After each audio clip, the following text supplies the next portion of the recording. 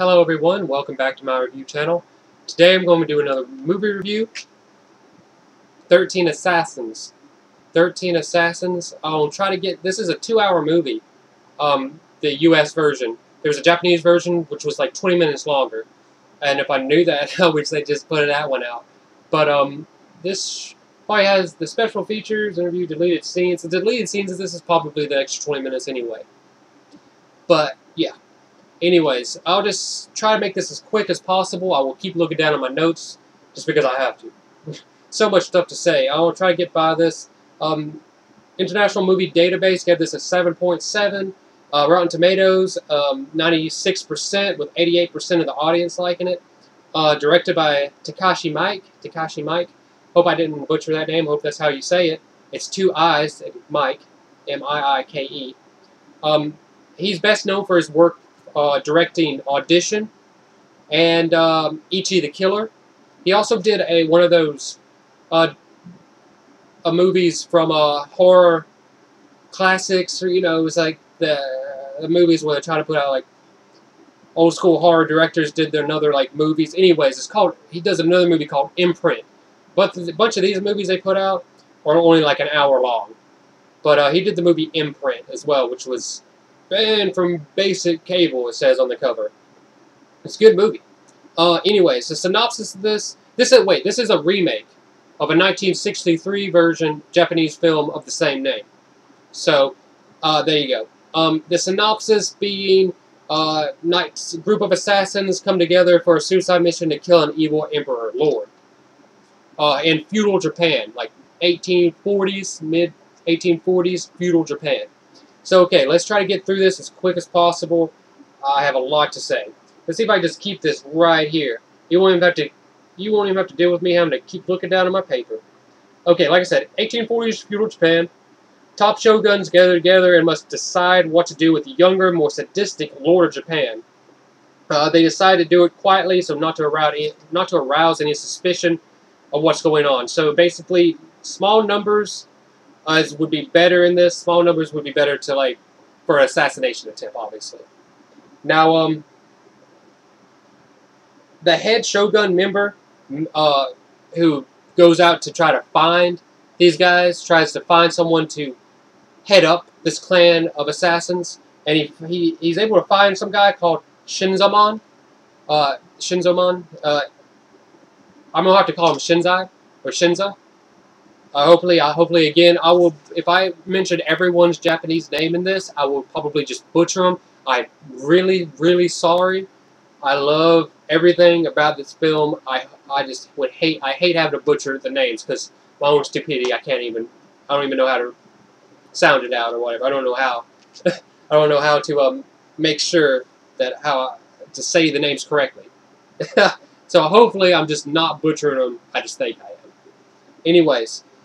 Finds one dude, goes to him, invites him to talk. They talk for a little bit. The head shogunate, with this other, what you consider him a ronin now, since he's a masterless samurai. He's been masterless for a while, but he's like one of the best. So they're talking to him, and the shogunate's talking to the ronin about Shinza, about like the lord. What he's done. It lets him know what he's done to this one village, and then it goes on to say while he's there, he brings in someone else who brings in a lady.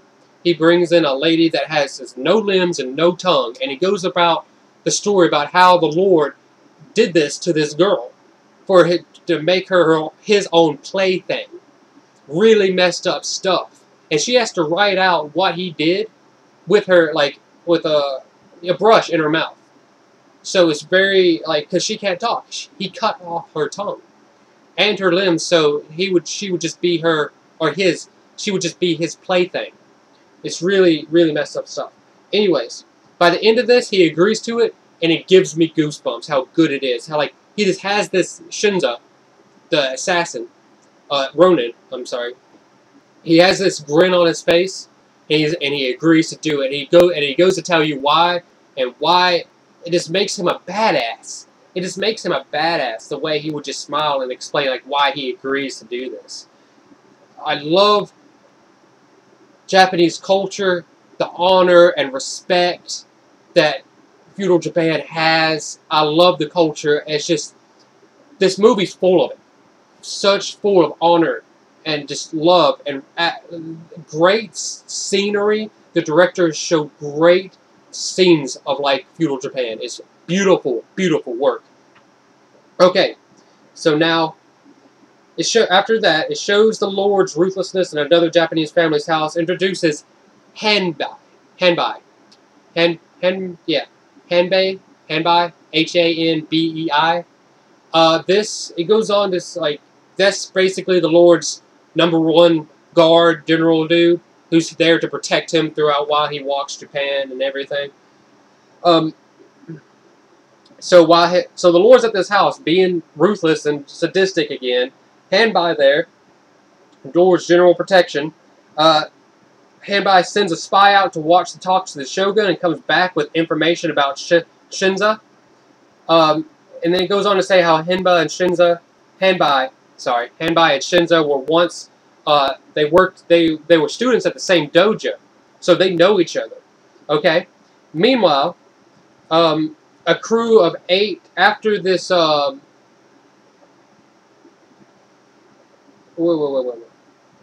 crew of 8 gathered to Shinza to be hopefully part of this assassination. If he needs help, they pick a special like group of just a certain amount of people to help him.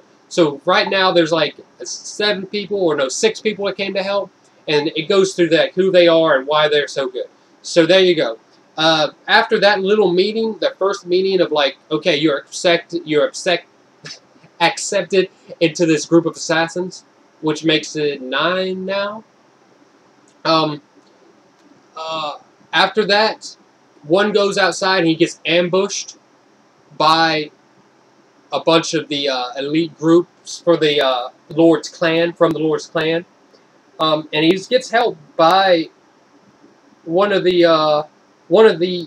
assassins. He actually gets help. So that was a really cool part. Really cool part. First glimpse of a fight you get to see. Great swordsmanship. Beautiful work here.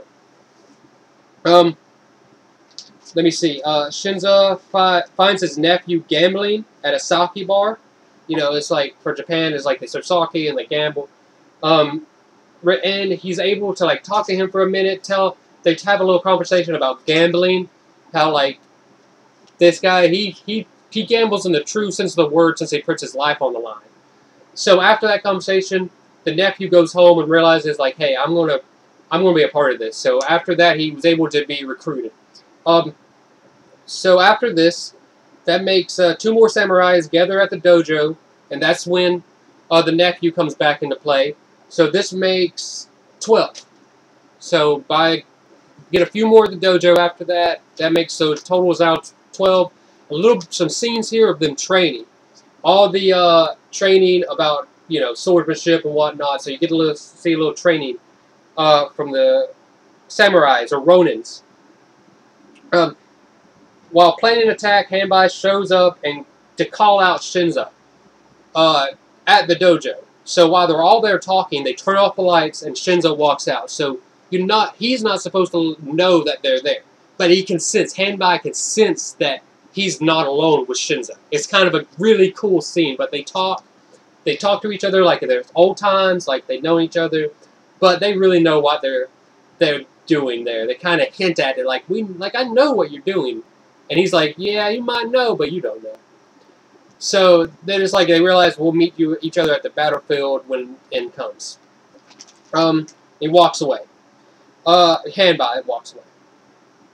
So after that, you get to show a little bit more training with all the Ronin and assassins. Let me see. Shinza makes a plan which involves another village called Ochi. Or Ochai. God, I'm going to butcher these names. It's like Ochiai. I wish I didn't butcher these names. That was like, he gathers a plan to help with that village. It's really the samurais leave for the main point of attack, and on the way get ambushed by other samurais in this other small village. Another little tiny fight scene, and that's when they realize they can't stay on the beaten path because they'll just get marked. They'll just get found out where they're at real quick. So they go through the woods. They must take an unused path through the woods so not to be ambushed again. While walking, they find a man trapped in a tree in a net, and they get him down, and he let the man in the net tells the samurais, the Ronins, his story a little bit about how he was in love with a girl named Yupashi. Gosh, I'm gonna butcher these names. Gosh, I wish I didn't butcher these names. Yupashi, Upashi.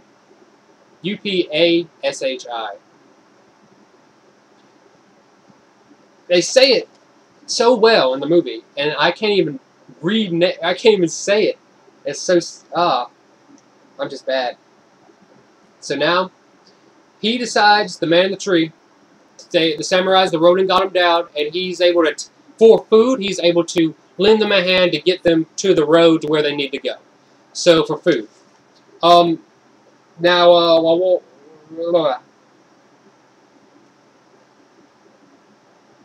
while this is happening, while they're walking through the woods, he was able to get another village to help out in their cause by basically giving them money. He was able to give the village money, and the head shogunate of the village, I don't know what you would call that, this like the guy, the head mayor or whatever of the village, it's really his duty to let the Lord pass or not, the Lord of the Emperor of Japan. But since he didn't, that's his right. The only reason he did not is because of what happened months ago with his family, which was told in the beginning of this movie. So this all connects, and you get to see like why this happened. So after he blocks the Lord's path, like the troops could go right through, but the Lord cannot. The Lord has to go the long way, which this goes with his plan. This is his plan, and it's starting to come into fruition. So this is part of the plan. The Lord had to go the long way. Troops was able to go through.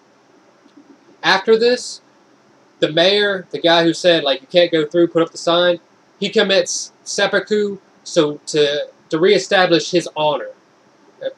It wasn't very honorable not to let the Lord pass, but then again, the Lord isn't very honorable to begin with. But the mayor did the right thing in this feudal Japan. He did the right thing, what they believed to do, and that was they commit seppuku. He cut open his stomach and had one of his guards slice off his head. Very sad but good scene. Let's see. So that was the town Owari. That was the town in Owari, Owari. After that, it shows the samurais in the woods. They find the road which leads them to the town for where this is all going to be leading up to. They find a group waiting there in town, and they start to set up the town for traps. They start to set up this town for traps to trap them in, and to, kill them. Now Shinza gets progress of the Lord while setting up traps in the town. Someone is out scouting to see where they're at, and he gets updated about what's going on. And he goes off to he goes on a little story about fishing in this to you want to let the fish swallow the hook, because if you don't, you might miss the fish and the fish will get away. So you want the fish to swallow the hook all the way before you reel it in. Great, awesome dialogue in this whole film. I'm sorry, it's great dialogue. Let me see. So the scouter comes back with new news about that they're close. They're close, but not only that, they don't have 70 men as first proposed. They first believed there was only going to be 70 men. It wouldn't be that's it. But now he comes back with the number of 200 plus men, over 200 men that's coming their way to this town.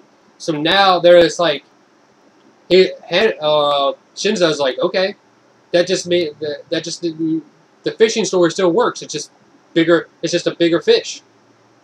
Great stuff. Like I said, great dialogue. Once you get into it. Now, the Hanbai and the Lord get into this town. Hanbai looks first. He goes in first. Hanbai goes in first. He looks around. And the thing about this, you want to be lulled into, what I write. It's like, I wrote it down perfectly. Being lulled in a false sense of security. That's what they were doing in this town. They was able to set it up enough where you didn't firsthand see anything out of the ordinary. It looked like a regular town.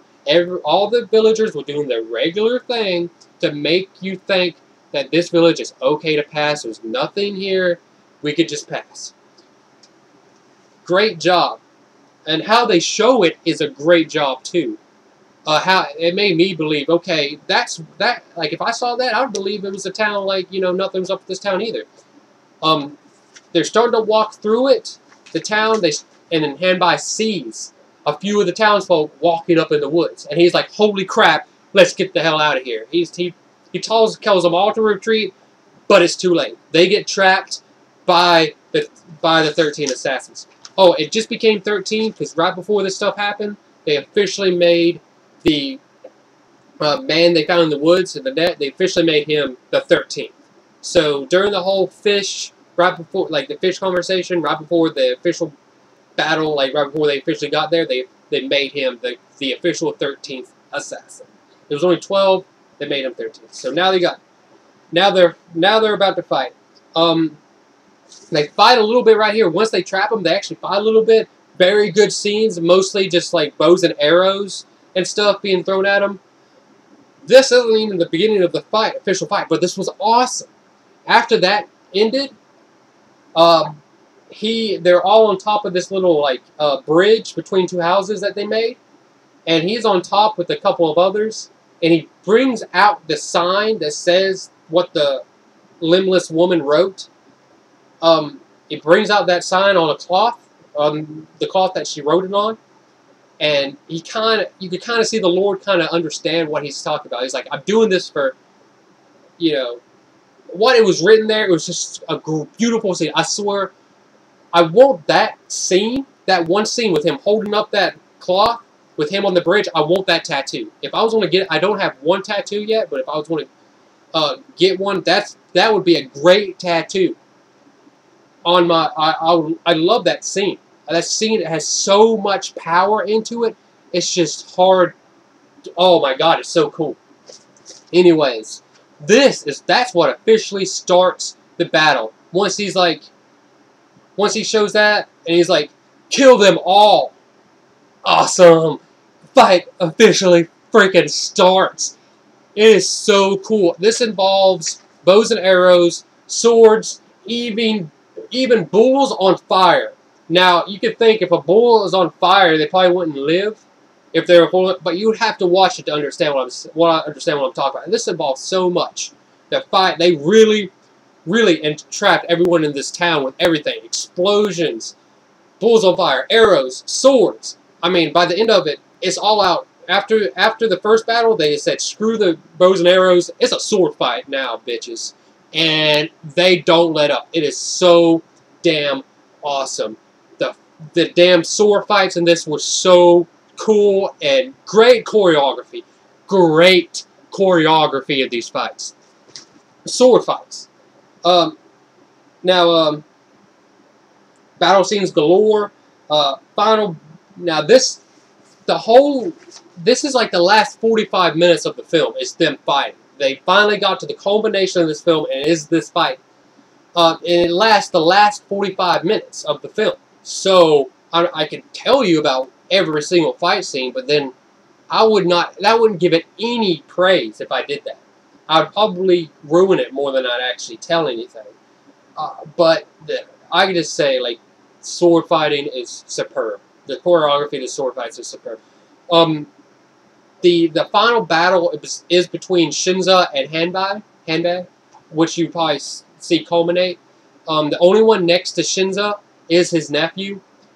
So far, they're the only two to survive, but they were able to dwindle down all their ranks to Hanbai, 2 guards, and the Lord. That is so badass. Now, you have to realize that everyone can't live through this, but they did. Who wrote this? The screenplay writer, the writer who wrote this, they did such a good job. They couldn't tell like the whole backstory to all these samurais, but you knew just enough that you actually felt terrible when they died. When they had to die, you just felt sorry that, like, why did they have to die? But you have to realize, these are 13 versus 200. More. Probably like 250, 230, 250. And, yeah, not everyone's going to survive this anyway. So it's a great culmination of this story. So the last battle was between Shinza and Hanbai. And that battle scene was really good because Shinza has to do something he's never done before. Or, like, you wouldn't think him doing. But he's able to defeat him. And this brings it to the Lord, Shinza and the Lord. The Lord does something, again, very despicable. He does something, again, very despicable. He shouldn't have done it. It shows that he's not going to stop being ruthless. He's not going to stop being despicable. He's just going to end up putting this whole feudal Japan into a warlike country. That's why they're stopping him. Because if he wins, if he's able to leave, and he becomes in power, he will put Japan in another, like, war era.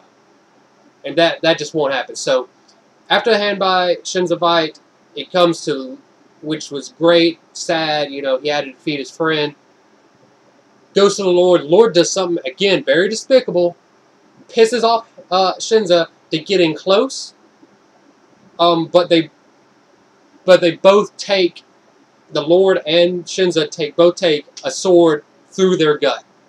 But like a badass, he's living, he's actually still standing, not the Lord. So I think that's a really good, great, even a sad scene, like you don't believe he didn't have to die that way, maybe he did. To get close enough to the Lord, to get him to understand what he's doing, he had to get this close. Great culmination of the story, really good, great scenes. But that's how it ends. He's able to take the Lord's life. And the Lord actually thanks him at the end for that. This was being like the one day the one fun day. This is the one day in the Lord's life that was ever exciting. And the Lord thanked Shinza for this. Right before Shinza took off his head. So there you go. At the end, Shinza does die right after the battle, but the nephew lives, and he goes on to tell the nephew that, you know, just go on, live your life the way you want. The life of a samurai is a very hard life. Now is your chance to live it the way you want to live it. And the last scene is the nephew looking around this war-tattered village, and who pops up but the dude that they found in the net in the tree. He pops back up. He was supposed to have died. It showed what happened to him, why you believe he died, but he shows up completely okay. Completely okay. I don't know what the meaning of that was. I'll just take it for what it is. But that's the end of it. Them two decided to go on their separate ways, but they survived. The nephew decides, you know, he's going to do thing, and the other dude, the man that they found in the woods, he decides he's going to go after his love, Yupashi, again. So they just separate, but that's the end of it. There's the culmination, and the nephew's walking away from this village while it's like burning down, or while it's in chaos. It's great.